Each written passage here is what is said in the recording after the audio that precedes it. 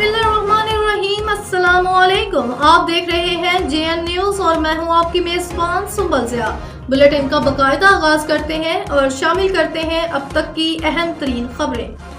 ओद शरीफ में आज सुबह से काले बादलों की एंट्री के साथ तेज बारिश का सिलसिला शुरू। जहां एक तरफ बारिश से मौसम तो खुशगवार हो गया, लेकिन किसानों के लिए गंदम की फसल के हवाले से अच्छी खबरें नहीं हैं। ओद शरीफ के अक्सर इलाकों में गंदम की कटाई अरूज पर है और इतनी तेज बारिश में गंदम के काश्तकार किसान हजरात परेशान नजर आए।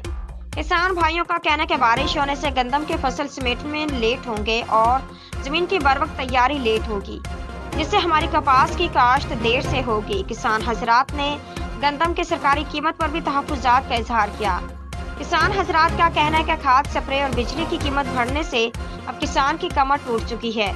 हमारी पंजाब गवर्नमेंट से अपील है कि गंदम की कीमत बढ़ाई जाए, खाद और स्प्रे की कीमतें फौरी कम की जाएं, ताकि किसान को कुछ रिलीफ मिल सके। असगर अली, नुमाइंदा JN न्यूज़, ओद शरीफ।